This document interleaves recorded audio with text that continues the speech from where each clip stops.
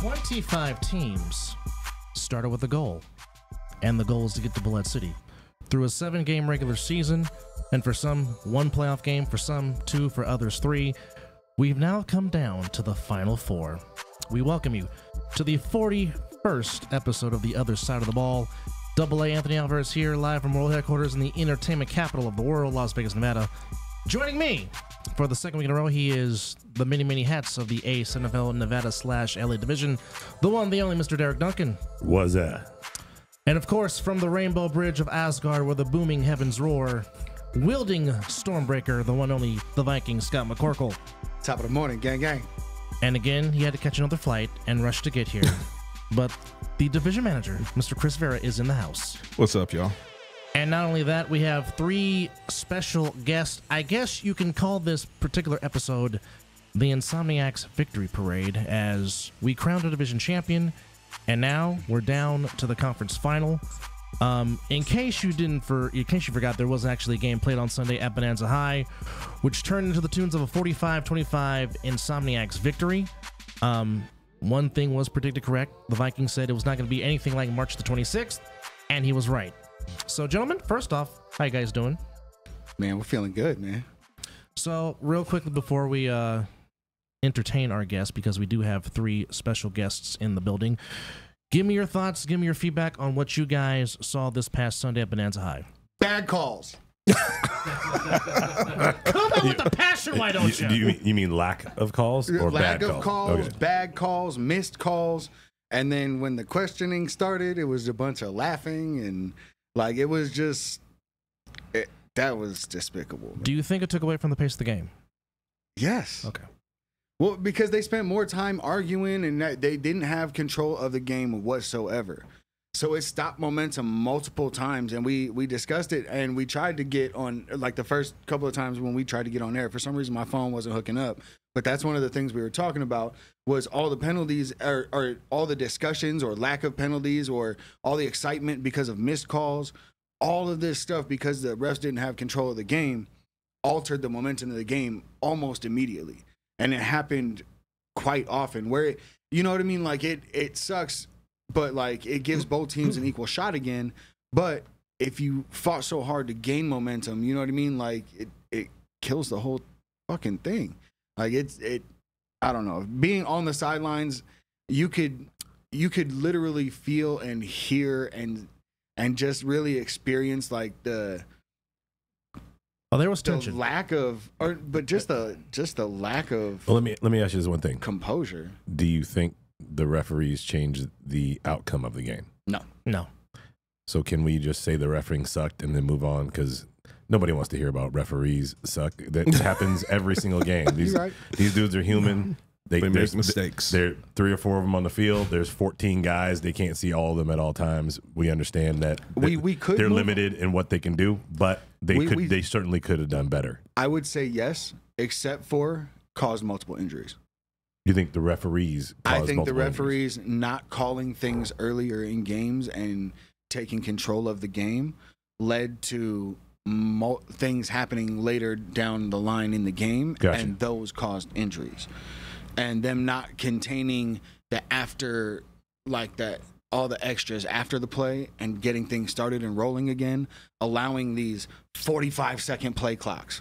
Right. Allowing like all this random, like just letting things completely get out of hand from like, and and I understand that it looks pretty when it's all cut down and edited, the version that, you know, it looks us football players don't watch that version, right? But like, I'm telling you, like from being on the field and from watching the game, it affected the game and the pace of the game. I don't think it affected the outcome of it, but what it did affect is now we have arguably the face of the West Coast Division, the toughest man in the A7FL. If there's a toughness award or any Iron Man award, it better be the Wilkerson. Yeah, the face of the NFL, face of the A7FL has no face right now. Yeah, no, it better be the Wilkerson. It better be. Hey, by the way, that man did not want to come out of the game. No, Derek, and just so you know, that was caused by reffing. When you asked about, hey, can we just let it go? The answer is no. Apparently, Yeah, that's all good. No. I'm not saying to let it go, like sweeping under the rug. That's not my point.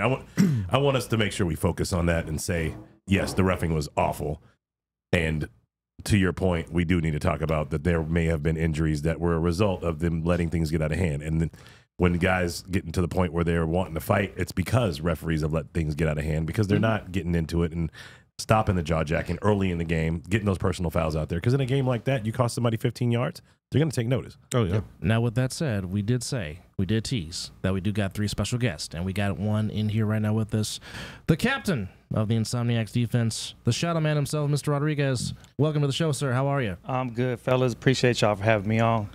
All right. Now, from your perspective, from the defensive end, what was your guys' game plan coming into this rematch? And what do you think you guys did well? What do you think you guys did not do so well in this last matchup? The first time around, it was our first game together, so we were really just trying to run a defense that we hadn't run before and see how it worked. Obviously, it didn't work out. They put up 39 points. So this time around, it was just more like, okay, let's do something that we haven't done or more that they haven't seen, but we know we could do. So we came out, we're like, hey, let's press the slot, press the single side, and go from there, take away their quick game, and make it harder for them.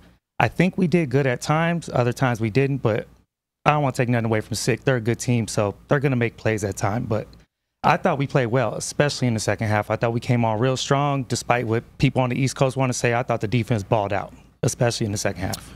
Well, you got a team that averages 58 points a season, and you guys hold them to a season-low 25 points. That's pretty doggone good defense. Yeah, and the last 6 was basically in garbage time, so it was really like 18. Scotty? Well, yeah, yes, I agree. I agree with that completely.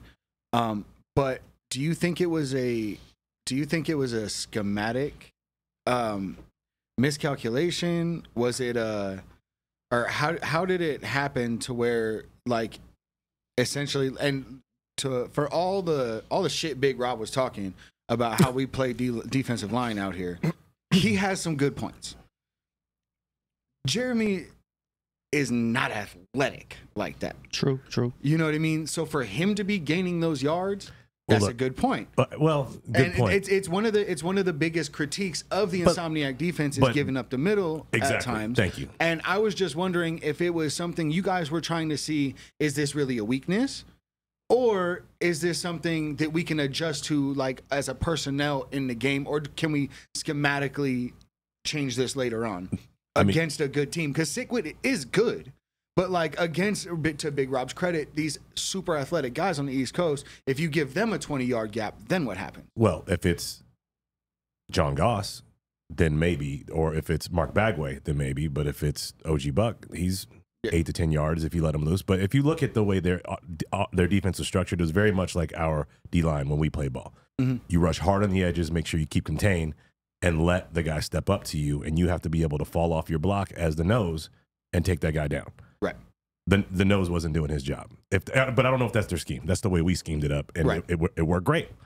But if the nose gets on the other side of that blocker and the quarterback is smart enough to go outside, you don't have the leverage in tackle football to just reach out and grab a guy if you're on the other side of that block. So it's always going to be open, and then you got one man to beat in the middle linebacker before you're loose. And then to the Insomniacs' credit, like my point of view from it, like how I actually felt about it, to Rob's point, is if we can get the job done with 3, or if they can get the job done with 3, why show that you can send the 4th?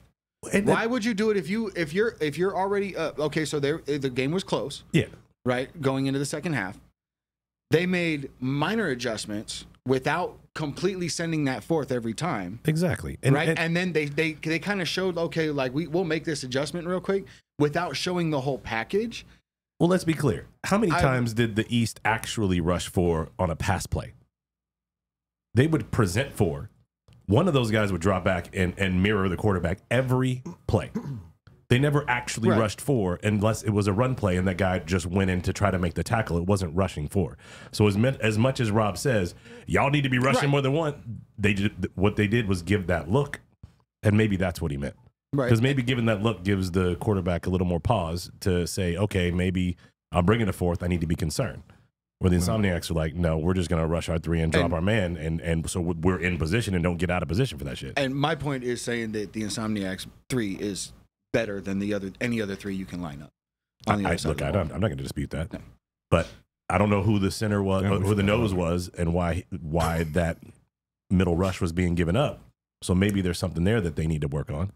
But trying to call the PA and do all that, it's hard to see who the people are. Yeah. It's tough. It was Cunningham that was doing it. I think they adjusted well. Like they took well. Like the one thing I will say from actually being on the sidelines is the one thing the Insomniacs did great was listening to the sideline. Regardless, well, no, let's talk about not that. Just me. And I was out there coaching and saying some stuff, but it wasn't just me. When James went out there and said something, when their teammates went out there and said something, it wasn't like a, man, why are you talking to me? It was a, oh, what'd you say? Okay, cool. Yeah, what'd you say? What'd you say? Listen, right. Boom, and then they would implement it, and it would work. It's a different game from the sidelines, isn't it? Man, and it was surprising to me to see such athletic guys being so coachable. And from both sides, honestly, because you can hear Mark from the other sideline. Hey, by the way, that's not something that's a secret. You can hear him from the other sideline, or his assistant coach, or whoever's doing all that barking. But you can definitely hear, him from the sideline, and you can see the guys looking over and seeing it.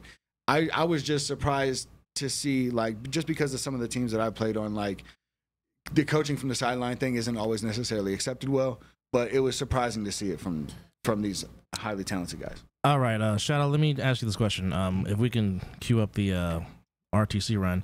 From your perspective on the sideline, what did you see and what did you think when you saw, obviously, your brother go down the field? Well, like, immediate first thing was, I think me, Scoot, and somebody else, we looked at the refs. Where the flag at? Because Southern been going low all game. And I actually think it was the ref on our sideline that threw the flag, and he threw it late. But that was our first, like, come on, where the flag at? Like, he's hurt. So next thing, we go over, make sure he's good. Everybody said he's good. And then the next main thing is keeping that man out the game because he's crazy. Like, bleeding, coming off the field, like he's trying to get washed off and come back in. Right. The huddle. Nah, bro. Right. He didn't even wipe off. Well, no, because I was there, and it really could have looked worse than what it was. Because I really thought he was just laid out. He was not moving for, like... No, here's the thing. For a second. It looked like, so my recollection, he went out, his arms folded, the face. The reason why he got the rug burn is because the face is actually what stopped him from moving. And then he woke up at that point because his legs came up and he started kicking his legs in pain. Yeah. Right. So then the camera cut away. Right. Thankfully, the camera cut away. But they've gotten better at that. They used to linger for a bit. Well, because I'm up there yelling. Quan, you got that video piece ready? We can play it. So here it is again. You do. Look at the bottom of your screen. Here's so much space, and there's the toss to RTC will stumble and fumble his way to the 15, 14-yard line, and he is down again. I'm not sure. Hurt on the field. Based on where we saw the penalty thrown, it's likely going to be one of those, Now, I see you come onto the field. Who were you pointing at necessarily? When I came on the field, I was pointing to the ref. Okay. To the ref. Because, like, bro, come on. Like, that could have been prevented because that wasn't the first, second. That was like the third or fourth time somebody had gone low. And I think up until that point, we might have been the only ones that got a penalty thrown on us for going low on Gianni. But, I saw that one.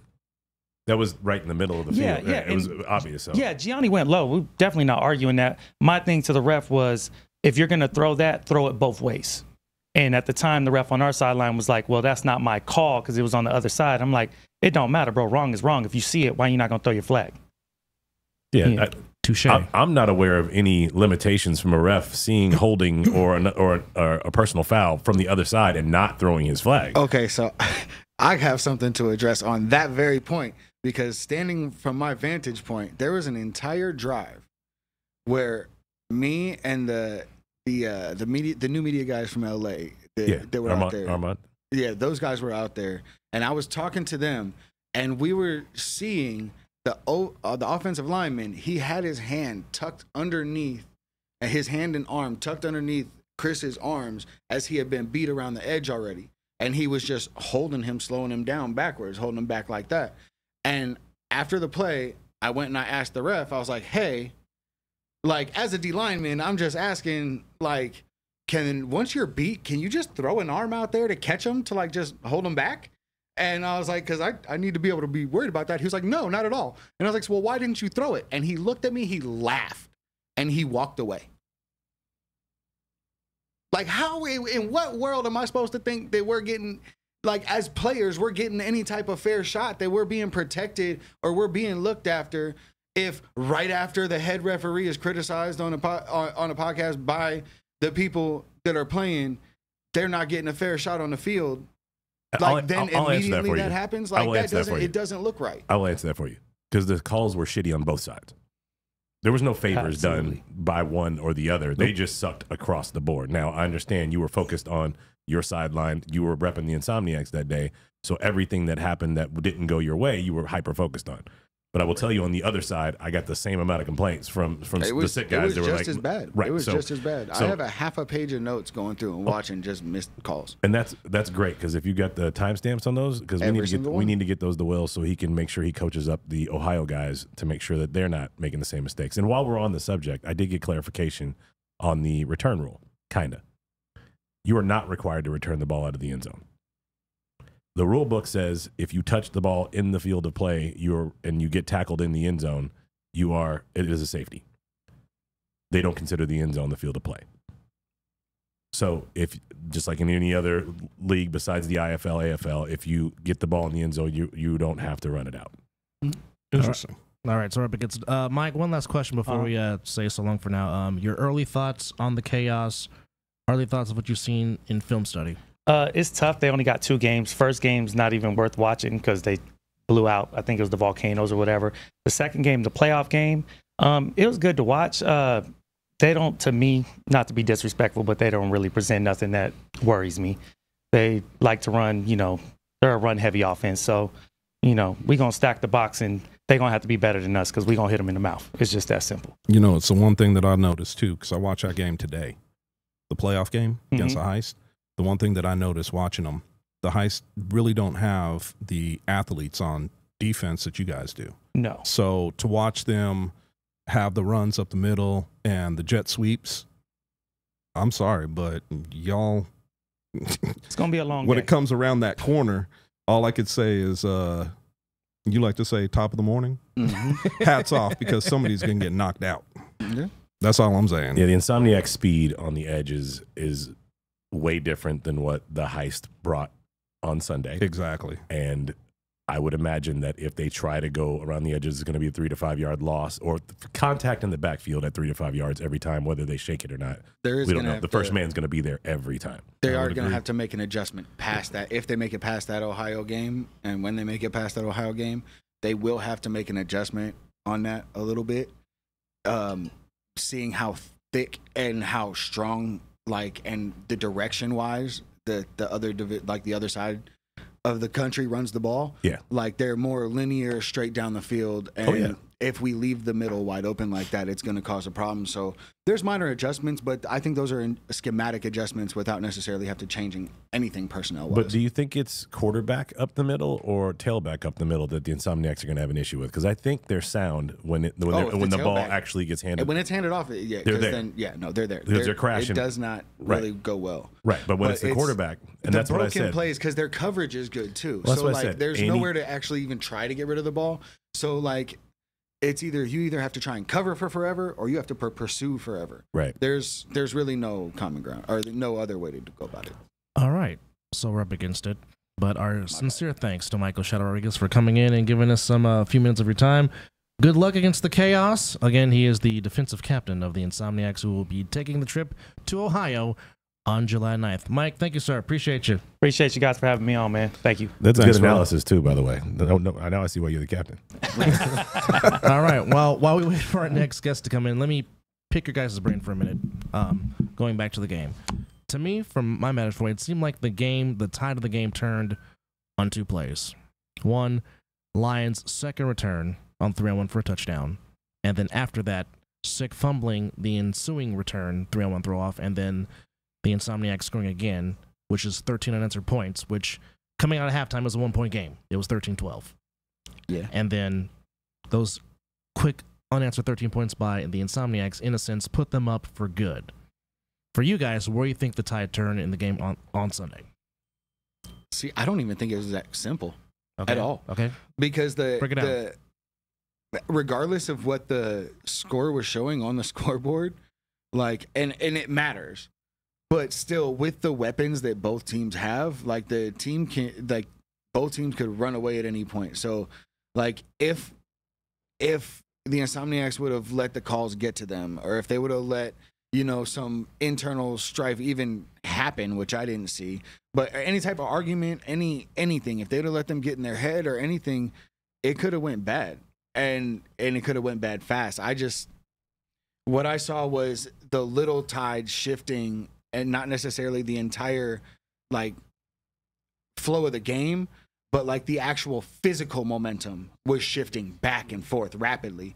And it usually happened on missed calls, or it happened on the broken plays. Like after a broken play, it's hard to gather yourself up and give that 1000% again. But I saw that going back and forth. Damn, now I got to keep my answer short as hell. I would say the change, what I saw change the game was Danye's first return when he took it to the house. Yes. That changed the momentum. And I also saw the air come out of Sikwidit. If they would have returned the next throw off for a touchdown or even got to midfield, it might have been different. But that was one of the plays I would say that changed it. D, real quick.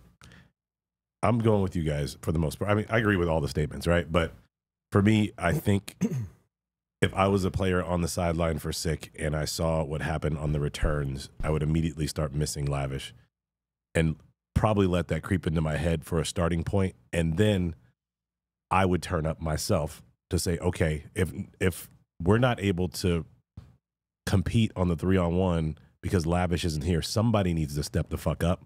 And I would take that on myself. That's the type of players we were. And people tried, and they weren't able to execute. So I think missing Lavish to start, even though we had the beautiful conversation about him to start the game, the smoke and everything, I think him not being there was probably the biggest factor that put Sick in the situation they were in the entire game. Not having him at tailback, not having him as a jet sweep guy, not having him as the returner, not having him to cover the returns, all equally important across the board. With that said, ladies and gentlemen, Superman is in the building from the planet of Krypton, the one and only. No, that's my son, man. Superman's sitting right here. Let's not knock that, man. That's Clark Kent Jr.? Yes. Okay. That's Clark Kent Jr. Well, from the Fortress of Solitude, Mr. Trey Robinson has entered the building. Mr. Robinson, how are you, sir? I'm good. Thank you for having me today. Well, thank you for coming in. If we can get Mr. Robinson's highlight reel ready. Dude, what's up with the glasses? Is it too bright in here for you, bro? Nah. You got to see the glasses he's planning to wear in Ohio. Oh, yeah. You didn't see those. Oh, my goodness. First half. So, Trey, take me through this play as it's developing. Nah, it'll be Q. It'll be Q in there. Quincy Birds. Here he is. I missed the block. At least you're honest. And I think that's the only time you touched the ball at a receiver and didn't score, right? Yes. It looked like he was trying to play volleyball and attempting to throw you that pass. Like he was going over the net with it. Hey man, we not gonna keep digging on Q. Talented. I didn't know what he was going to do, to be honest. No. That'll be a handoff to Trey Robinson. Robinson will cut to the 50. He'll drive. I wanted to run his ass over so bad. I'm not even gonna lie. Him and Packer were on my list. So, from this particular contest, what did you guys see offensively that you guys knew you could make plays against the Sikwidit defense? Running up the middle. The DNs, they kept going out wide to the middle of the field, open every single play. So we just figured, why not keep tapping in the middle of the field? It's not a bad thing to do. No. And that's what we were just talking about. That was the weakness of the Insomniacs. So it was kind of on both sides. But I think Sick was a little sounder up the middle. Right. Consistently. So, I don't know. But, Trey, the stat that was brought to us at the beginning of the game, that you score 54% of the time you touch the ball, and then that carried into this game in the championship. Like, what type of supplements are you taking? I need some of that action. Like, don't put it out first, but let me know. When I first found out, I was like, damn, that shit crazy. Like, that's a high number. I didn't even know, to be honest, But to be honest, I don't care about that shit. That shit don't make me or break me, So every time I step on that field, I'm gonna give you 101% every single time. Like, I don't care about stats, numbers, none of that, weird stuff. And that's how you put up stats, is not caring about them. That's the way that works. That's that want to. Right. I want to get in the end zone and stop me if you can. So one of the things I wanted to ask you, Trey, since I finally have you on a podcast, this is the first time I've had the chance and opportunity. Why have the Insomniacs elected to not use you in the quarterback package as much this season? You don't need to. I agree. Simple. Yeah, it's like to be honest, it feels good to be able to sit back and not have to do so much, worry about so much, because you got teammates around you who have the same mentality that you do. I understand, but guys that sit in this seat across the country think that you are the most dangerous person in the division with the ball in your hand. Clearly, Scooter is doing an amazing job and will continue to do an amazing job because him as the forklift running dudes over it's special. There's something a little different and equally special about when you are at quarterback and the things that you've done. We've seen you do. And I guess the question we all have is, do we think there's going to be more Trey Robinson quarterback packages that will be used maybe in Ohio or in Bullhead should you guys beat Ohio? Possibly. We just gotta wait and find out. All right. Hey, don't let nothing out, man. Yeah, keep that under wraps. I know. Let it be a surprise. No, bullshit. I'm not here to hear myself talk. That's a really good question. Trey, let me ask this. What's your mindset mentally going into this game against the Chaos? Fuck them. I could have told you that. That's how I feel. Simple. Maybe I just wanted to hear him say it. Yeah, I feel like it's everybody does. No offense, but fuck you. Does this? I got to ask the question because it is a little personal to me. Yeah. A little personal to me. Is this because of the way I got treated on RTU's podcast by any chance? No. That has nothing to do with Ohio, does it? No. It has everything to do with back east. Yeah. Ohio, last time I checked, is back east. They're in the Western Division. Yeah, but that's still back east, in the bro. Midwest. Where are we going? Look like the to the Midwest. The Midwest. As some people call the Midwest, the heartland of America. Yeah, well, that's all right. Heartland's gonna get beat up. It just feel like the East Coast ain't giving the West no respect for nothing. So fuck them. That's how I feel. That part I agree with. I feel like we've always been very like this team is good. This player is a beast. Like these guys are like we've always given up flowers. You know what I mean? And every time our name gets brought up, it's disrespectful. And I think now, I mean, if we go out there and get dog walked again, we ain't got shit to say, really. Let me just say this. But that is not going to happen. Like, so last spring, I talked a lot of shit when the Force was going to be playing the Snow Tribe. My National Donut Day post, the whole thing. I was like, look, y'all don't belong in these playoffs. And the Force beat them 33-12. It was a shellacking as far as I'm concerned. But I didn't say a single word when they went to go play BIC. Because I saw the difference in attitude. I saw the difference in athleticism. I saw the difference in experience. I don't see that difference this year. I see the Insomniacs have every bit of the talent and every bit of the strength and aggression that either of the two teams out of the East currently have. I don't give the Chaos from Cincinnati a snowball's chance in this game, to be honest. And I think the Insomniacs' composure also just to correct. Piggyback on what you're saying. Thank you. And I need to apologize to all the Insomniacs in this room and everybody who listened to the podcast last week. The reason I picked Sick was specifically because I thought that they were a more together team, and I've seen specific players on the Insomniacs in the past lose their cool. What you guys have put together this season is very different, and shout out to Coach James and Stevie and everybody that's running that team. Coach Scott calls himself a coach of the team now too, I guess. But what you guys put together in the way of balling for each other versus balling for yourselves, it's very noticeable, specifically in tough games, and I loved seeing what I saw on Sunday. Kudos to you guys, and I apologize for what I said last week. Y'all got it together. I'll tell you what, I don't apologize for a damn thing because I picked y'all to win. Yeah, anyway, I got a question for you. With what's coming up, and I don't want you guys to look past Chaos. I can't call them anything else. Yeah. Cincinnati Chaos, yeah. WKRP in Cincinnati.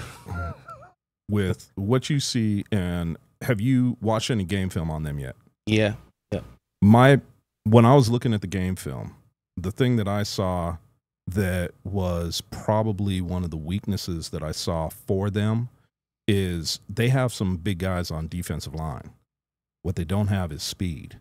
And my curiosity, and when I say that, I'm talking about the defensive line and their linebacker. What I see in speed difference is something that I think you and you know, hopefully RTC is ready to play, but the two of you are going to take advantage of that.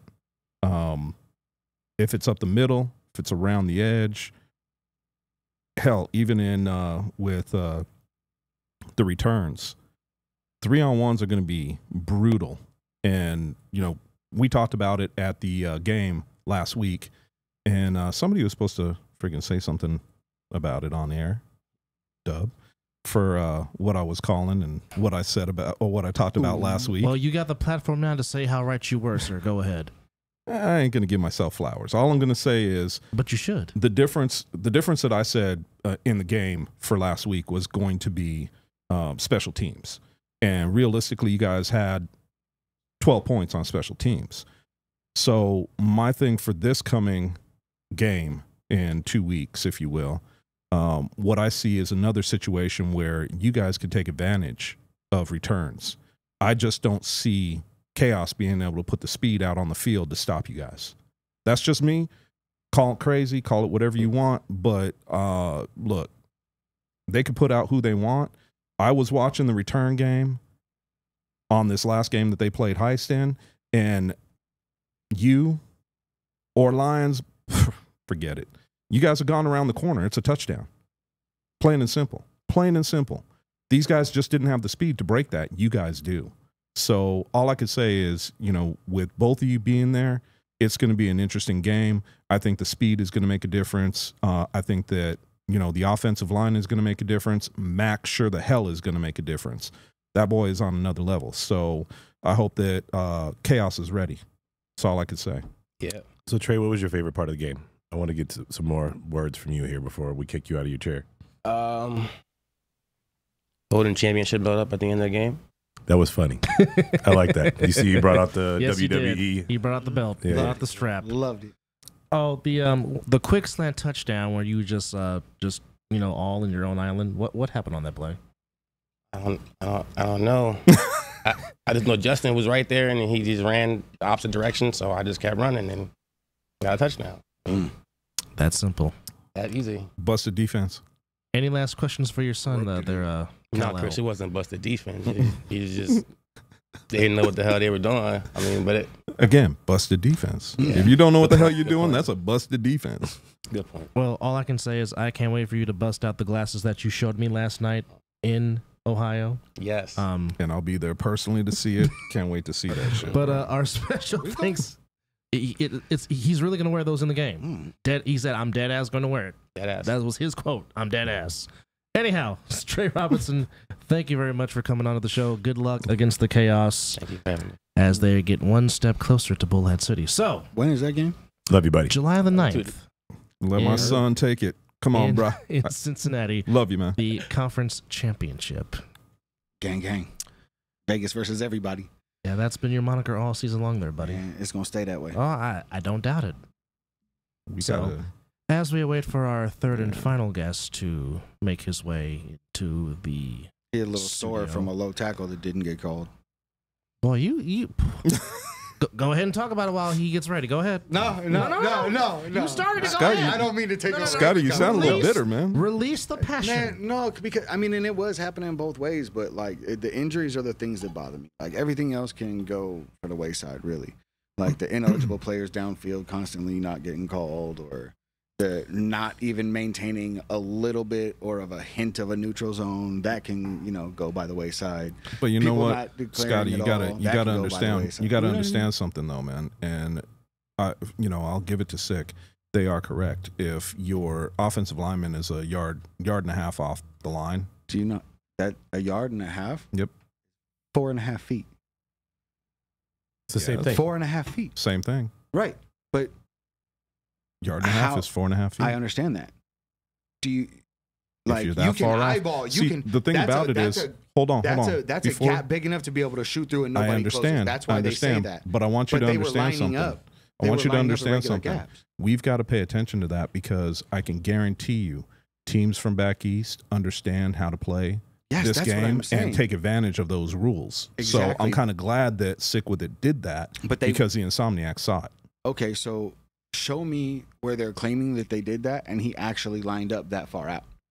What I'm saying is I understand that that's a rule and it's a really good loophole if you can get the momentum rolling and you can get the ball going in, like if you can get the drive going in a hurry up style and you just scoot the guy out a little bit extra one time, make it seem like he's not paying attention or whatever, and he just boom, he fakes a missed block and then he's gone, like, you know what I mean? Like we've seen our linemen be able to do. Yes, I understand that. That's a cool, good thing to do, but you have to make sure have to make sure that these dudes aren't big fishing these yards. You know what I mean? Like you can't say, "Oh, it looks like 1.5 yards" when they're, you know, within a foot's distance. Like I understand some of these linemen got big feet, but a size 16 isn't 1.5 yards away. So the complaint is that the offensive linemen are not lining up in the right position. No, it's just for that particular call when you try to use that as the argument. That wasn't like it. They weren't lined up that far. We weren't saying that's not a rule from the sideline. Like me and the guys that were arguing that rule, I was asking like, "Oh, I never heard of that rule." So okay, then I look and he's only lined up 1.5 feet away. It's supposed to be a yard split. Exactly. Yeah. Like if the split is big enough to where you guys can double team somebody, that's not 1.5 yards. You're not that fast. No, I understand that, but there was also times where when I was watching what was going on and when they weren't raising their hands, there was times that it was pretty obvious of their split. Now, other times, what would happen is you would have the guy raise his hand quickly. And I thought that the referees were not going to call the number quick enough before the ball was snapped. Now, however you want to play that out, that's a trick. However you want to play that out, it's played out. Yeah, but that's like you're doing the right thing, but trying to find a loophole. That's not a bad thing. There's nothing wrong with that. No, it's just Bill Belichick figuring out, like, if you go out and you line up with your guy and you know exactly, if you could look at him and know exactly what 4.5 feet is.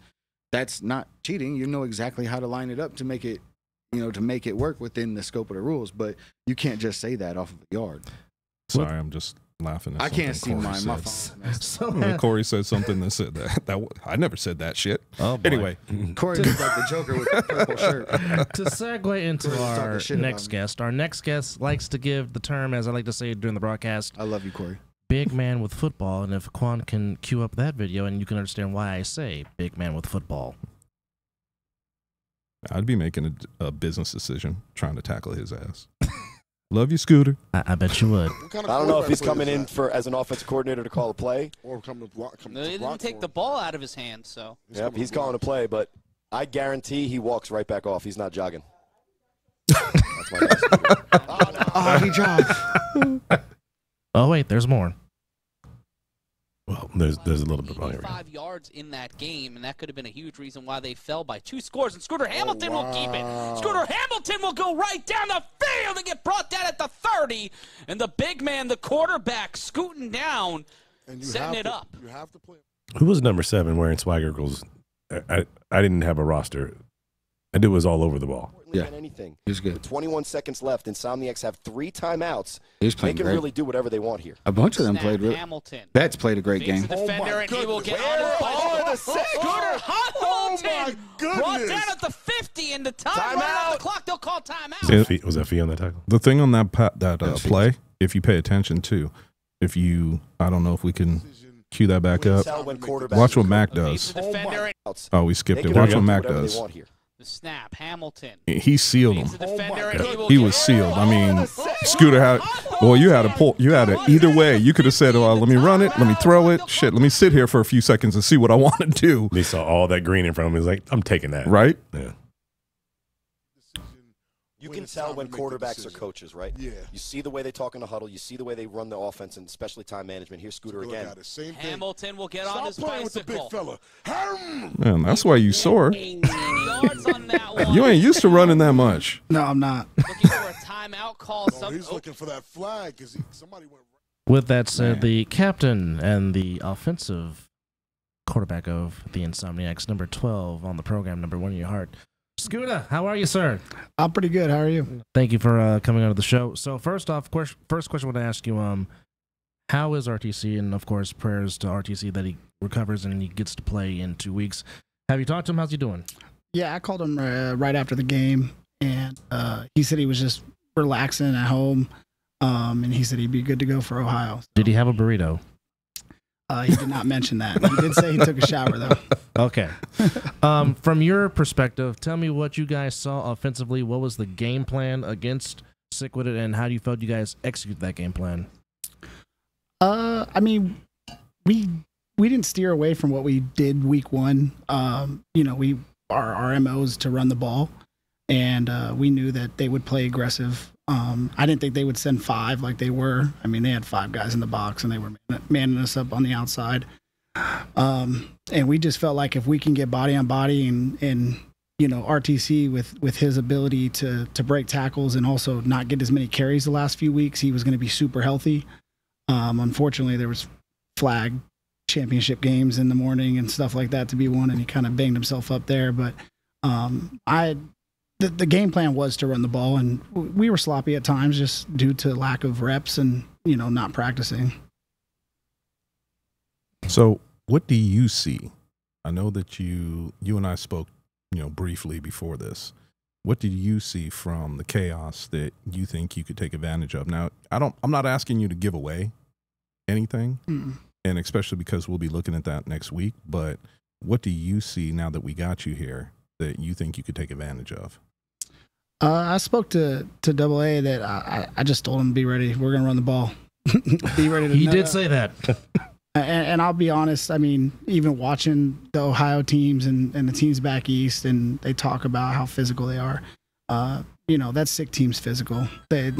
If you were on the field, you would have. You could hear it. You would know. I mean, it might not look like it on film, but it was physical. I was sore Monday, yesterday. Today I'm still sore, but not as bad. But it was a physical football game. Now, one of your best sound bites on the field that I heard when you were making your many runs was like, yeah, I'm going to be sore, but you're going to be hurt worse from tackling my, you know. Yep. So that was a tremendous sound bite. I've never seen you shy away from contact. No, never. No, I'm with it. That's why this league kind of fits my style of play. I had to learn how to play flag and not, you know, stiff arm people and run people over. So kind of coming back to, you know, what I like to do, it's been fun. I'll tell you what, watching you has been fun. You know, I can honestly say out of the teams that are left in the playoffs, you guys by far are my favorite to go all the way. And I'm definitely, you know, a new fan of the Insomniacs. Listening to you guys on the sidelines, I had something that these guys haven't had, which is the opportunity to walk on the sidelines with you guys pretty much all season. You know, these guys had a chance to listen to you guys this past weekend, but I've heard pretty much everything on the sidelines, I would say most of the year. Mm-hmm. And I've never heard you guys argue. I've heard you guys have what I would consider heated conversations, but no arguments.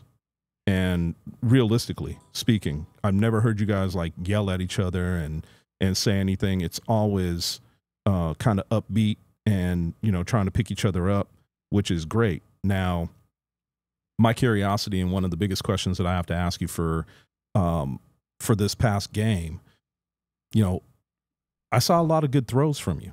I saw one of your receivers, he's pretty much wide open.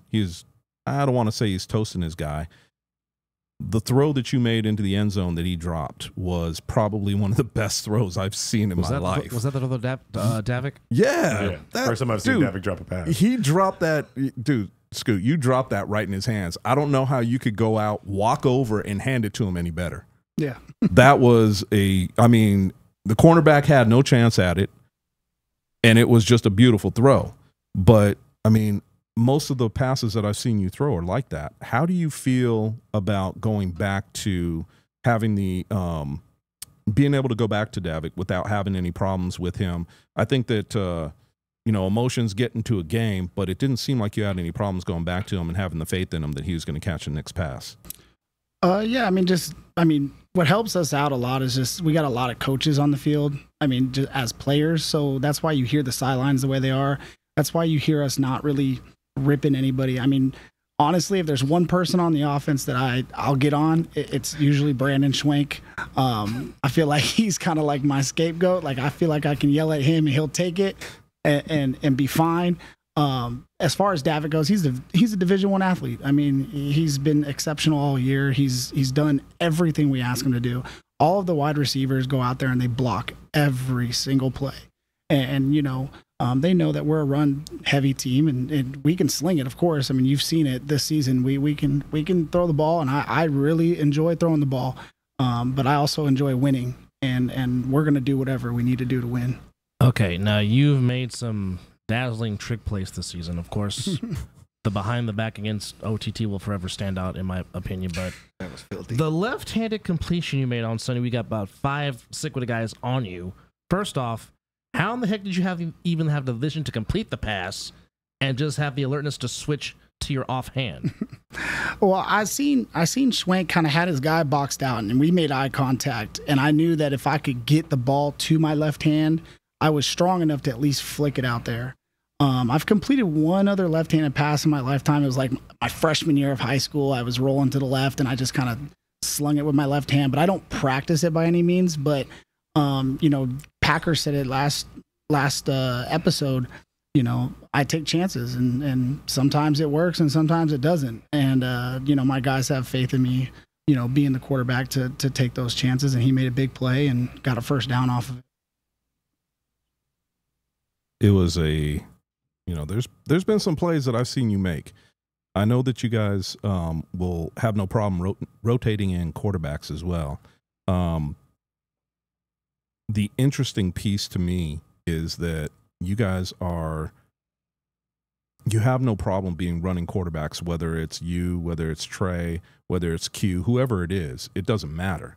I mean, the thing about it that I see is that if, and I'm saying this, I'm not saying this tongue in cheek, I'm being honest with it. I'm almost afraid that if you guys call a run play up the middle and Mac wants to be Mac, mm-hmm. you know, all I could say is whoever's in front of him, good luck, buddy. That's all I want to say is good luck, because there's too many times that I've watched that man walk people out of bounds, walk them downfield, walk them through the end zone. Mm-hmm. And the thing about it is when I see him do this, he's actually letting up. Yeah. He's not trying to do what he could do by absolutely destroying them. And I jokingly told him one day, I said, Mac, you know, maybe it'd be better if you just go and buy yourself some stock in IHOP. And he's like, why? I said, because you love pancakes. I mean, let's be real. You hand them out like they're water. That boy is, you know. He's something else, man. We actually just got back from Southern Utah University, and he coaches with us. And he's up there talking shit to the coaches. Like, we can run one-on-ones right now. Like he's really with it. And if you guys look back and watch the run Munchie had for the touchdown, I mean, you see him pancake dude, Wes pancakes the dude, Brandon's downfield almost pancaking this guy. It's just, they take pride in it. You know, I come back to the huddle after a play and I'm ready to call a pass play, and they're like, no, run the fucking ball. And it's like, all right, here we go, toss left, you know. Dude, you're talking about a dude that I literally before, I think it was the first playoff game. No, maybe it was. Yeah, I think it was the first playoff game. I'm watching him walk a guy out of bounds, and I look down. I'm like, Mac, where the hell are your shoes? No shoes on. Yeah. And he's like, my feet cleats. hurt. No cleats. All right. No cleats All right. on the turf pancaking somebody. I'm like, all right. That's dangerous. No problem. Which you kind of stole my thunder a little bit, Scooter. Thanks. Sorry. The implement of Munchie in the backfield, not having RTC, not having Devontae, and then he comes in and runs the ball with force. I mean, the touchdown you just talked about where he just, you know, breaks 3 tackles and just says, get out of my way, I'm going to the end zone. Was there always a plan to utilize him in the run game? Because you have such 2, you know, bruising backs? No, not really, actually. His name in the chat is Debo Munch. So he kind of plays that Debo Samuel role, and Munchie's super unselfish. Like, he by far, I mean, arguably is probably love you too, Chris, the #1 receiver in Vegas. I mean, we got, I think, Davik and Danye, who are right up there, and definitely the #1 possession receiver. Yeah, and Munchie's taking a back seat, and he's like, dude, I'm about to go block people all game, and you look back, you seen him. He tossed Sutherland one play on RTC on Tone's run, like lifted dude. Like he takes super pride in blocking. And then you got to feed him. I mean, he's an athlete. You know what I mean? If you put him at quarterback, he's going to do the same thing. You know, it's the same thing with Trey. Like Trey playing running back's no different than playing quarterback, except for the fact that, you know, he's not going to throw the ball if I hand it off to him. He's going to run, and that's what they do best. Yeah, I'm waiting for you guys to roll out the pitch to Trey package, so he has the option to be a quarterback or a runner, and see how people try to defend that shit. Or go double stack. I did pitch him a ball Sunday, and he cut back the field and scored a touchdown. Right. And that was probably my favorite play that you guys did. Yeah. You were scrunched in the middle, and people had arms all over, and you just did one of these, and next thing you know, he's in the end zone. Yeah, Trey's done a great job this season. He you know, coming from being a championship quarterback in the fall to taking the role that he's had, and being selfless and just doing it for the goal. I'm a broken record. People are on this team because they know that we have a chance to win it all, and they're all putting their egos aside. I mean, even all the shit Q gets for being this crappy quarterback that the East thinks he is, that dude is better than anybody we have on our team at quarterback, including myself. You know, there's just things we all do differently. And he's taking a back seat and let me, you know, drive the keys to the Ferrari. Well, you know what? That kind of kills me is I watched what Trey did in that championship game last season or in the fall. Sorry, Viking. Look, man. Yeah, because you've been quiet. You've been a little bit too quiet during this segment. Right. Like, what's going on? But hold on. Let me just finish what I'm saying. Let me finish what I'm saying. I'm waiting. See, because there's a play that stands out that Viking brought up that brought back memories for me, where Trey basically turned Viking into Superman. Yeah. Unfortunately, there was nothing but air. It was saucy. So and it was flying. It was saucy. It's one of them things where it was like, dude, I wish I could see that on replay. Yeah. And then watch it over and over and over again on replay. Because that'll be the intro to the next show. That you know what, that would be fantastic. With the because Superman theme in the background. Yes, because can we put a Superman outfit Superman on him? No, I hate Superman. So go ahead. Or okay, no can we cape. put a Thor cape on him? No, not for that. Because that would be funny. Not for that. But because I have Lavish made me miss bad too. I have a question for you guys. Did you know that the Vikings' natural position is slot receiver? Yes. Yeah, Yes, I do. I'm playing out of position because I'm fat. He's like, That's legitimately been the. So you're Wes Welker and Danny Amendola, really? Look, I like to block and I like to catch balls over the middle. You're Wayne Corbett. Pause. That's how we feel. Okay. Dude, wait. No. Let's be real with what this is. Yeah. Because he likes That's a soundbite. Because he likes to hit. Yeah. I think we got to go a whole different direction. Who is the one player that loved to hit people that played wide receiver and slot? Hines Ward. Exactly. And who is the one person that friggin' would laugh the whole time when he knew he was going to be able to hit somebody? So I see Viking in that light more than anything. And shit, I wish I was that good. Yeah, no, it's just been. Yeah, no, it's just. I just been honestly. It's just been because I'm fat. That's really all it's been. Like that. You're not that fat. No, I was for a second. I'm getting back, but. Well, how much do you weigh now? I mean, I'm actually trying to gain again, but I'm down to like 205. I'd like to play at 215. Slot linebacker at 215. That's your manly weight? Yeah. Okay. Well, I won't talk about how much I weigh. Anyway, I'm trying to think if I got, obviously with what we've already talked about, Scoop, with what you guys are capable of doing. I'm gonna throw out a question to you that is going to be different because, again, I don't want you, looking past chaos. But let's say you guys do get by them. Is there a team out of the Nightcrawlers and the Watchmen that you would prefer to see? That's a good question. I think both are actually different. I mean, you got the Nightcrawlers who are a flag team, playing tackle who, are pretty unorthodox. So I think it puts defenses in a bind. But what the great thing about, playing a team like that is the experience we have with playing teams that, are kind of flag oriented. I think the Nightcrawlers are the better overall team. I think size wise, lineman wise, skill. Henderson, they're A7 experience. Yeah, they got like the more complete team. But if they don't know how to defend the Nightcrawlers, then they're going to be in trouble. So I think we like each matchup. When we get past the Chaos, we got a plan for both. We've talked ahead, but we're focused on the Chaos right now. But okay, so now here comes my question. So shout finally, out to BG. Yes.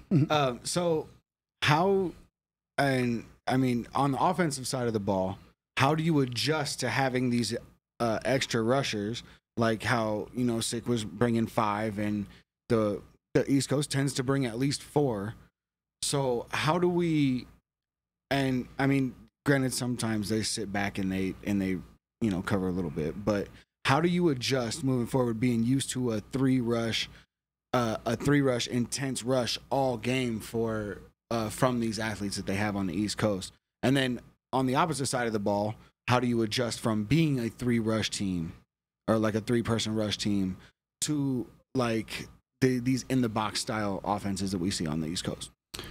Well, I think defensively going up against a team that runs with a running back more plays to our favor. It lets Tone be in the box a lot more and in that A gap to stop the run. He's done a great job this season doing it.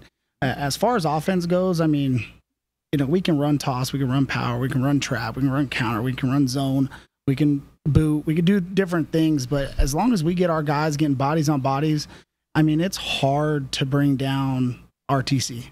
It's hard to bring down Tone. It's hard to bring down Munchie. It's hard to bring myself down. And you got to do that for 4 quarters straight. And yeah, you might get a stop here. You might get a stop there. You might stop us for a quarter. You got to do it for 4.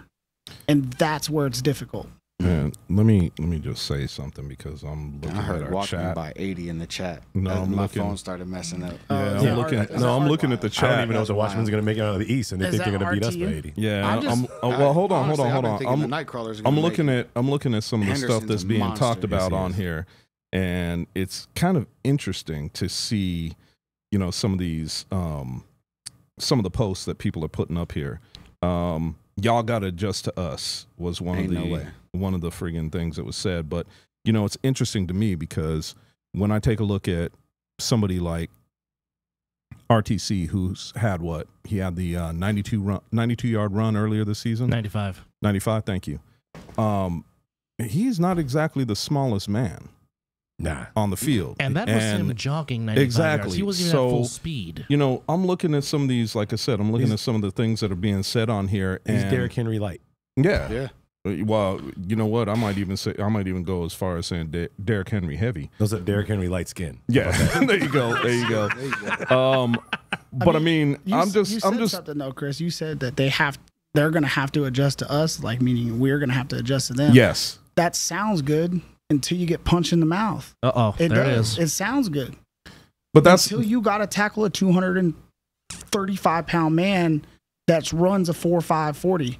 It sounds good till you got to tackle a 300-pound quarterback. It sounds good until you go up against Kenny Mack. And I'm not saying they don't have guys like that. I'm not saying that. They got dudes. But it sounds good. Until we run zone left and we get a body on a body on a body and your DN's in a predicament where he's got to crash or he's got to surf, I'm either going to take it or I'm going to give it, and you got to make a play. Well, and that's what I'm talking about. But the other side of that I'm also saying about, the one thing that y'all better be ready for, and Will found out the hard way. Yes, we are playing inside.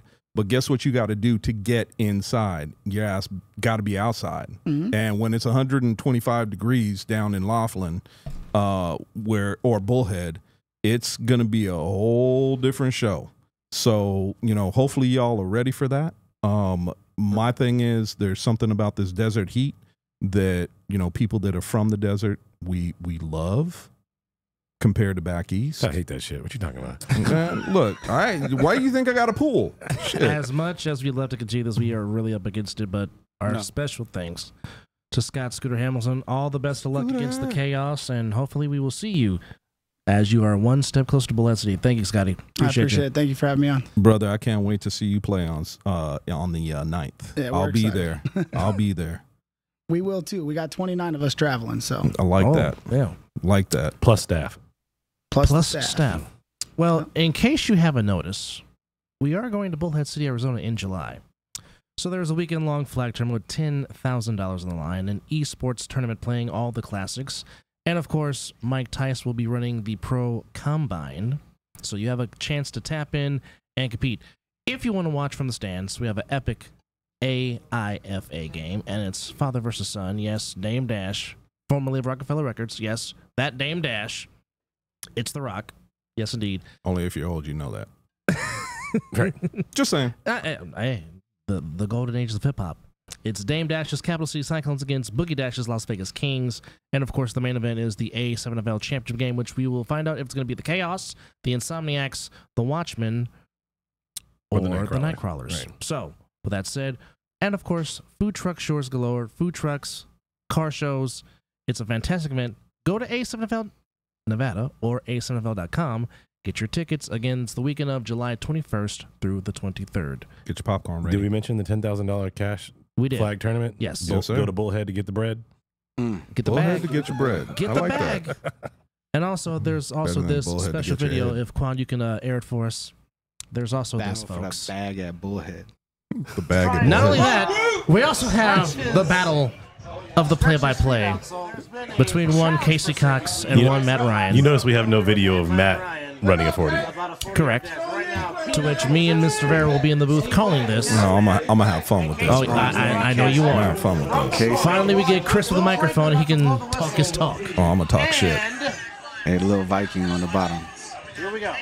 Yes, and you're Did so Little Viking win? I think so. Won. I think so. Oh, He's the first person that didn't cheat to cross the line. I think. Right? Look at Will cheating like a moment. Actually, I still keep giving Steve credit because it looks like his fingers crossed the line there. So I think the plane. I'm not sure they did. You know what? I think Steve's laughing at himself more than anybody. He is. Oh, he has to be. He's like, I can't believe I ran that second one. I had this in the back. Man, he did so well on the first one. That's after 16 tacos. Right. A little front heavy after that.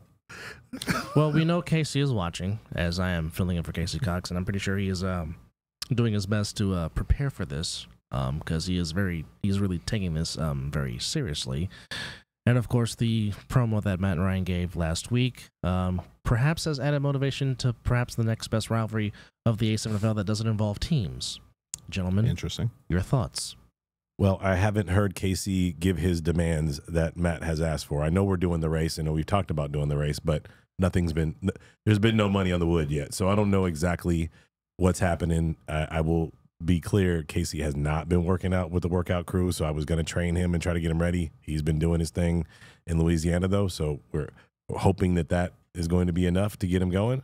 But I'm not putting my hair on the line until he shows up to the gym. So I'm putting my hair on the line for my 10 grand now. So Casey, you don't get at the locks, baby. That's not your bag, but I still got your back. Tell you what, I'll go ahead and race the winner. Wait, whoa. Interesting. Bet your hair. Wait a second. Interesting. Time out. So you're saying old ass. So you're saying live right now at hole in the lip. You're saying live right now at 6:41 Pacific Standard Time. Yeah. You will race the winner. I'll race the winner between the two of them. Okay. Wow. Well, money on the wood. What are we doing? Butt naked booty scoots. I was waiting for that. I ain't doing no butt naked booty scoots. You got to do it at tier time too. You can't do them in the cell. But I'll tell you what. How about we get you to wear the Matt Ryan shirt, like for the A7FL game? Okay, so like a Hawaiian completely unbuttoned. But hold on. I like that move. That's if I lose. Yeah. What if I win? No. Well, we have to. That's what I said. You got to list the demands. That's not as important. List the demands. Here we go. You know, there's one thing that I will say that I will love to put on the line or see put on the line. Mm-hmm. Matt Ryan's hair. Ooh. Oh boy. But what would you give up?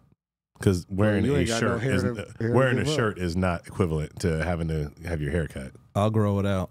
Well, y'all should put a live on stream chest waxing. Oh, did you just see? Wait, hold on. Did you just see Dub's face when I said that? I said I'll grow it out. He's like, right. What? He's trying to look at you to see if you can actually do that because you actually have a full head of hair. Yes, I can grow it out. Yeah. Okay, because that makes some people upset when you got full head of hair and you still shave it. Yes. People are shocked that once upon a time I used to have an afro. Yeah, that really did happen. Dude, I don't like hair.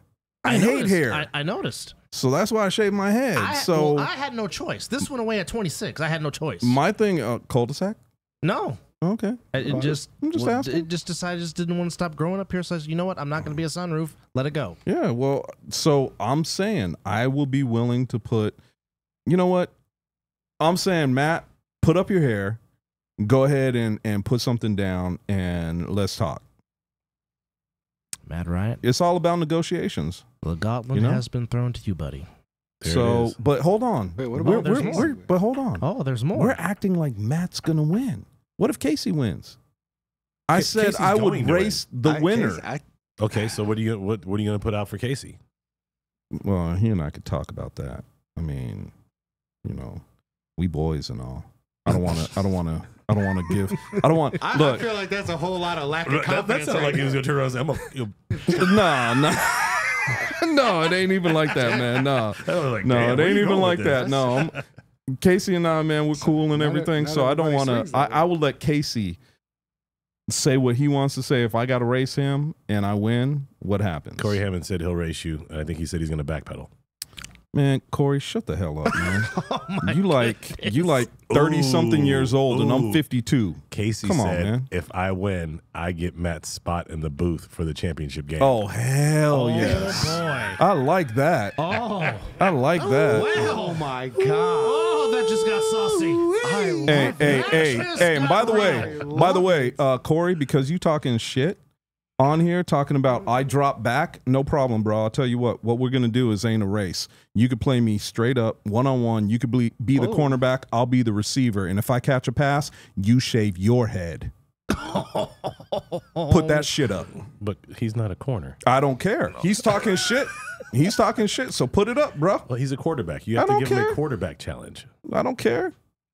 I gave him a cornerback challenge since he said he could drop back. So let's go. Let's do this. You're going to drop back. You're going to drop out. Don't take that bet. Unless you have a quarterback that's going to hit him in the chest. He's going to catch the pass. Oh, and I'm going to make you look foolish, too. At 52 years old. Hit him in the chest. Like just telling you now. Like Drew Pearson foolish or Michael Irvin foolish? And watch the inside hitch. How many names do you think exactly. Casey would get wrong calling the East Coast game? All of them. Like, what do you think Casey's 40 time is going to be? I don't think he's going to finish. That's the first one. He's going to finish this next one. Right. Well, eventually. Things just got spicy just right now here on this podcast. Hey, look, that's the whole thing about live shows, right? And the thing about it is when I see people calling me out, no problem. No problem. We can do it your way, and then we could do it my way. So I have no problem. I'll race you, Corey. I'll race you, and then we'll turn around and we'll do the cornerback challenge since you said you're going to backpedal faster than I can run forward. Corey's favorite route is a 10-yard out. You guys got to run that one. Like 10-yard down? 10-yard out.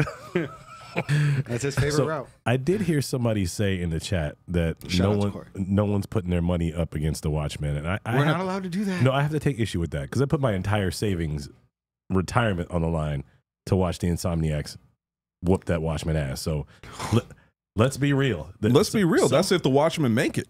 Yeah, if the Watchmen make it, somebody believes enough in them that they bet their entire retirement on this division. So wait, when you step up and do that shit, we can talk. Hold on. Will said he would be the QB in that matchup. Me and Corey.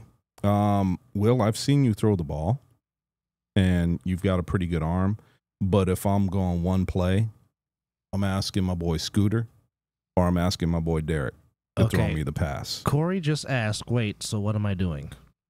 You're gonna be playing cornerback. So in other words, you're gonna be my bitch. That's what you're doing. Wow. Are you gonna let him call the route? Huh? Are you gonna let him call the route? Is it gonna be like that? Oh hell, I'll even let him call that route. You know where I'm at. Corey, you know where I'm at. Corey, so he says that he will let you call the route, you play corner, and he will wax that ass. And maybe that's what happens. If you win, we're waxing Corey's ass. Okay, so that would be interesting. Okay, so and his tank. He could get that ass wax and the tank. Casey just said, Matt Ryan, balls in your court. I'll call it out next week when I'm back in the hot seat. Nice. Now, whoever loses got to get a Brazilian. Ooh, that's going to be interesting. Balls and all. Balls and all. Okay. We have gone strictly to left field, so very quickly. I mean, I live in left field. I know this. With That's my favorite place. With your butt naked booty scoots, as you would say. Yeah, Anyhow, that's how I get ready for we'll bed. talk more about this. We'll talk more about this next, people, real quickly. There are 2 games being played in Ohio. It's the conference championship. Watchmen and Nightcrawlers, and obviously the Insomniacs against the Chaos. Real quickly. There's one good game. Yeah. There is. A great game. Chris, you said you watched the film. What do you see that the Insomniacs can exploit against the Chaos? Where would you like me to start? The beginning. At the tip. Okay. In the beginning. The 3-on-1 throw off. Danye is going to have a field day. True. I'm just calling it now. If you want them to run up the middle, they're going to. If you want them to pass outside, they're going to. If you want them to have a quarterback run, they're going to. And this is all what I'm saying about the Insomniacs. Watching what Chaos brings, my biggest fear for them is the fact that they don't match up athlete to athlete with the Insomniacs. Period. Now, you can say they do a little bit on the defensive side of the ball. I think I don't know about they're depth. Now, if you're talking about secondary, exactly. I agree. Yeah. But if you're talking about the trenches, whereas to me, where you win and lose games is in the trenches. Especially against the Insomniacs. Exactly. So when you're talking about that, they don't match up well. So far, that's where you lose the game against the Insomniacs. Exactly. Right. And Vikings said it best. The depth that they would need to withstand 4 quarters of straight push the entire game, that's going to be too much for the lack of depth. If you watch their game, I watched the Heist's quarterback have fun with them running the ball. And if he would have just kept doing that, there's a chance the Heist could have upset Chaos. Now, my question about this whole thing is real simple. Who are you going to stop? You want to stop Scooter? Okay. You want to stop Trey? If he gets back there, have fun. The fact of the matter is, when I start to look at and break down Chaos, Chaos has a big defensive line, but they don't have athleticism on that defensive front. Trey, with his speed, is going to run around the corner with no problem. Trey one-on-one against the corner, or RTC, or RTC, any of the running backs, anybody that can get the ball. I can say one-on-one against the corner isn't going to end well. And I'll say this: the cornerbacks from Chaos they cover well, are good, and they cover well. But I guarantee you, when they go up against RTC, or as we like to call him, Big Bravado. Yep, Derek Henry light skin. Then, you know, the LS version. All I can say, he's like an Impala is the LS. Yeah, the LS version. All I can say is this: good luck, and I know you're going to make a business decision, and that business decision is going to be running the other way because you are not going to want to go up against this man. Yeah, your collarbone has the thing about it is he's going to be pissed he's off. Healthy enough to play. Let's okay, but if he is, you know what he's going to be? Pissed off. Oh yeah, we got to get him a shot of that good tiger's luck. blood. Right. And a burrito. And Lock J, hook him up. And one of those chicken sandwiches from the place I won't name on air. Okay. In Cincinnati? In Vegas. Oh, okay. I thought you were talking about Cincinnati. As he goes to WKRP in That's Cincinnati. what I was just going to go to. So Corey's in my inbox now saying that he'd be happy to do that if he can run a hook and he'll press. He says he'll cover you, but can you cover him? Man, I already said. I already said the situation with that. If he could beat me in the 40, then what do you think is going to happen if me covering him? Yeah, I'll cover him. I guarantee his ass will be on the ground. Right, you're just going to pancake him. Exactly. Exactly. I got 5 years to chuck your ass. Guess where you going to be? All I heard is you want to touch Corey's cakes. Look, I'll touch his tank. I don't give a fuck. Hey, look, you don't. I'll be that proctologist. We already seen out there once already. Right. So Corey, as long as you wearing a cup because you want to protect your junk, we good. Hold on, Casey just chimed in. Will Matt Ryan fall down when I blow by him? Who's by him? At least he didn't say, "Will Matt Ryan fall down when I blow him?" I mean, that was, you know. By him as a lucky guy, I guess. Yeah. Now Corey talking about pause. No, there ain't no pause, bro. There ain't no pause. You started this shit. If you think for a minute that I'm going to stop, you got another thing coming. No pause. I fast forward. So, I'm not sure if we've got structure that we're supposed to be talking about this last minute, but just how much of the Watchmen I can talk butt stuff all day. Game did you guys watch? Oh, that. Never mind. Against the U? Yeah. Twice. I watched the second half on. I was listening to it coming on the way to the stadium. I left when it was tight at halftime, and then the Watchmen just scored 20 unanswered, just pretty much put the game away and basically just dictated the pace against the U, which, is it a changing of the guard, per se? I watched the game when I was sitting at the, because, with me checking people in, I was sitting at the gate watching it. So I actually had a crowd around me because I had it on my phone. So there was a crowd around us watching the game with me. Nice. So when they had the pick six, everybody was like, "Oh, game's over." Right. Game's over. Killer. Under 2 minutes to go, game's over. I think what impressed me about the Watchmen was the way they were able to stretch the field and had some big chunk plays throwing the ball deep, which really, really impressed me. What caught my eye was the defensive pursuit. Everybody getting to the ball. I really did now, and this again to Big Rob's credit. This is the game that he had just watched prior to watching us rush like Vegas Rush 3 the whole time. Though, like the rushers for the Watchmen were getting after it, and they were sending forward, and they were going. Right. Also, and they were flying to the ball. So NASCAR package. You know what I mean? Like that's something they definitely like. Anybody who has to face them has to deal with is how fast they fly to the ball. The only thing is the people they're playing are probably the only team I think that fly to the ball just as fast. Right. And the Nightcrawlers. Also, what impressed me was Baltimore's coverage on the 3-on-1. They would not give the U anything on the 3-on-1 return. I was very impressed with that. Great form tackling, especially by the Wolverine. Oh, Wolverine is a monster. Yes. And shout out to Beast. Mean Machine. Beast. He came out, and he's normally like a tight end and a good D end.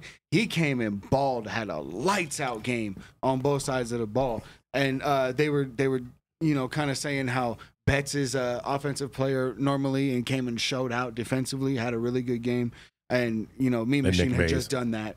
Mays. So, shout out to both the Wolverine and Mays for their contribution in that win. It was huge. But also, some homage must be paid to the Patterson U. This is the first time in 4 seasons they will not play in a championship game, and still to get there 4 consecutive years doesn't matter what sport it's in. For them to get to a championship game for 4 consecutive seasons, I think they went 5 consecutive years, and this would have been 6. Would have been 6. I think so, but regardless, to get there in consecutive years is pretty impressive. Yes, I just want to say something real quick. Corey just texted me, and bro, that taint ain't safe. I'm just telling you now. He's going to taint into a tizzy. Big Rob just said he wants his Watchmen and the Insomniacs for the championship game. Just FYI.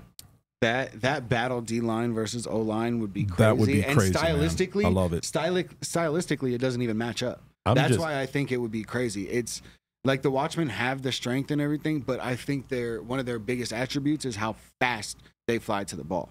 I just think it would be hilarious if there's no team out of the Northeast that makes it to the championship.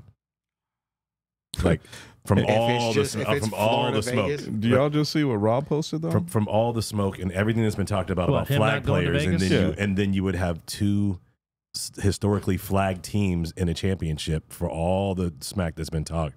How crazy would that be? And Rob said he ain't coming to Vegas. I mean, don't come to Vegas, bro. The championship's in Bullhead. Just fly into Arizona, mama. He already got a plane ticket. I mean, it's a little too hot out here. I mean, you might not like it. All right. Real quick. We have too much fun. Final thoughts before we get out of here. We're going to play spades. Or dominoes. Yeah, I don't want that action. Hot after that. Final thoughts real quickly around the table before we call it a night. Don't go to me first. You always go to me first. Vegas versus everybody, man. Fuck everybody else. Coming from the Rainbow Bridge of Osgod, where the booming heavens roar. Looking to see how these 2 conference championship games come into fruition, as we are 1 step away to Bullhead City, 1 step away from crowning a champion, 1 step away from somebody getting the bag, and of course, the ring. July 21st through 23rd in Bullhead City, Arizona. The A7FL Championship will kick off on Sunday night, 4 o'clock. where the teams from the West take on the teams from the East? Will the number 1 Insomniacs make it through the chaos in 2 weeks? Or will it be the Watchmen or the Nightcrawlers that make it out of the East? Nobody knows. $10,000 on the line for a flag tournament Saturday morning, $1,000 on the line for an esports tournament, and an NFL combine hosted by none other than NFL former head coach and all-pro Mike Tice. We got a weekend lineup for you guys. It's only $10 to get into each of the events, and if you get the $65 combine fee that gets you into all the events and pays your fall registration, y'all better be paying attention. And if you don't show up, you're a hater. Chris, take us home. Damn, man, that I like that, D. I like that, man. Pause. Did you? I'm just curious. Like that, D. Did you practice that in front of a mirror? I just made that shit up right now. Nice. That's my boy right there. Did I tell you anything? What's that? Y'all better check yourselves and listen. I think that my last thing I'm gonna say, there's twofold, man. Congratulations to all 4 teams that made it. Absolutely. I mean, let's face it, y'all had to run the gauntlet, and The Florida and Ohio did not have to run any fucking gauntlet. Stop that shit. actually, thank you. That's why I said it, because I knew you'd come back at me with Stop that. that I knew shit. you'd come back at that. But let's be real, man. It's Vegas versus everybody. So I don't give a fuck about the other 3 teams. I'm just gonna say it straight up. And by the way, RTU, love you, bro, but you know what? Fuck you too. There is a situation that I like to say, and that is the fact that I can't wait to see Insomniacs take on Chaos. I will be there live. I will be watching the first game at 1 o'clock. Watchmen versus Nightcrawlers. My boy BG. Big love to you, brother. I love you, man. Can't wait to see you play. Can't wait to meet you in person.